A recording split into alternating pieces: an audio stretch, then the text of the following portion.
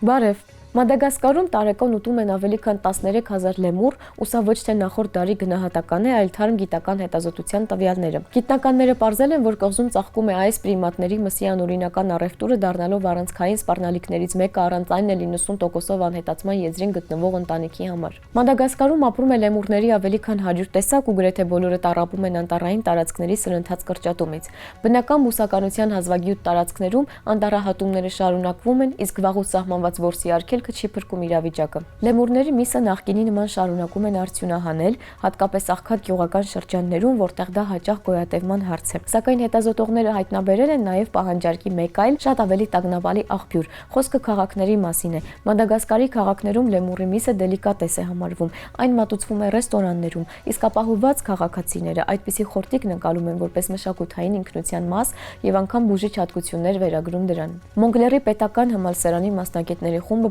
փորձել է գնահատել թաքնված առևտրի մասշտաբները։ 2022-ից 25 թվականների ընթացքում գիտնականները հարցում են անցկացրել 17 քաղաքներում ապրող 2600 մարդկանց շրջանում, այդ թվում որսորդների, ռեստորանների աշխատակիցների ու գնորդների։ Ապահովվել է յուրաքանչյուրի անոնիմությունը, հակառակ դեպքում ճշմարտությունն իմանալը անհնարին կլիներ։ Արդյունքները միանշանակ են։ Լեմուրի միս կարելի է գնել յուրաքանչյուր երրորդ քաղաքում, իսկ ռեստորաններում այն մատուցվում է չնայած հազվադեպ, բայց պարբերաբար։ Տարեկան մոտ 750 կենդանի միայն պաշտոնապես ֆիքսված դեպքերում։ Սակայն գլխավորը տնային սպառումն է։ Որսորդներից յուրաքանչյուրը, ովքեր հիմնականում արվարձանների բնակիչներ են, տարեկան որսում են միջինը 51 լեմուր, ու ավարի միայն փոքր մասը 5.5%-ն է հայտնվում ռեստորաններում։ Մնացածը ուղիղ վաճառվում է հարուստ գնորդներին։ Հետազոտության հեղինակների գնահատականով Մադագասկարի քաղաքի բնակիչները տարեկան ուտում են մոտ 12.9 լեմուր, ու դա միայն այն, ինչ հնարավոր է հայտնաբերել մատակարարման քաղաքային շղթաներով։ Ավարի մոտ 20%-ը որսորդներն ընդհանրապես չեն վաճառում, պահում են իրենց կամ նվիրում ծանոթներին։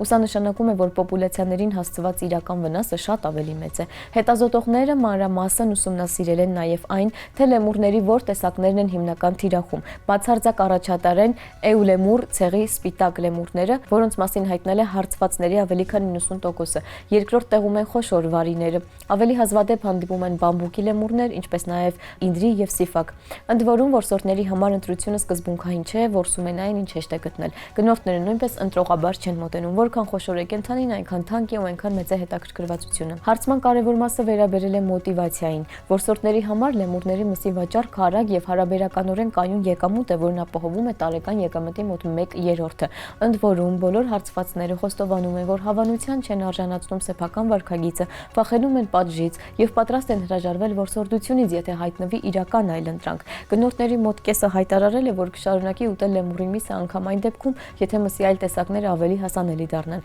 Նրանց պատժի հնարավորությունը քիչ է հետաքրքրում, կարևոր են մնում անտառային մսի համային որակները, ինչպես նաև դրա մաքրության եւ օգտակարության մասին հավատալիքները։ Թե որսորդները ու թե գնորդները նշում են, որ պահանջարկը բարձր է, իսկ լեմուրների թիվը կրճատվում է։ Հարցման մասնակիցների ավելի քան կեսը համոզված է, որ ապագայում կենդանիներ որսալն ու վաճառելը ավելի կդժվարանա, որովհետև լեմուրները քչանում են։ Հետաքրքիր է, որ հարցվածներից շատերը բախվում են սոցիալական ճնշման հետ։ Հարազատներն ու ընկերները կոչ են անում հրաժարվել այդ զբաղմունքից։ Հետազոտությունը ցույց է տալիս, որ լեմուրների մսի անօրինական առևտուրը ոչ թե հազվագյուտ պրակտիկա է, այլ մատակարարման կարճ ու թաքնված շղթաներով լավ կազմակերպված համակարգ։ Այն ուղիղ կերպով կապում է որսորդներին վճարունակ գնորդների հետ, խուսափելով բաց շուկաներից։ Աշխատանքի հեղինակները կարծում են, որ այս տենդենսը դադարեցնել հնարավոր է միայն կոմպլեքսային մոտեցմամբ։ Անհրաժեշտ է վերահսկել զենքն ու զինամթերքը, գյուղերի բնակիչների համար ստեղծել եկամտի այլընտրանքային աղբյուրներ ու բնակչության հետ անցկացնել հետևողական ինֆորմացիոն աշխատանք, որը կբացատրի վայրի կենդանիների մսի տարածման ռիսկերն ու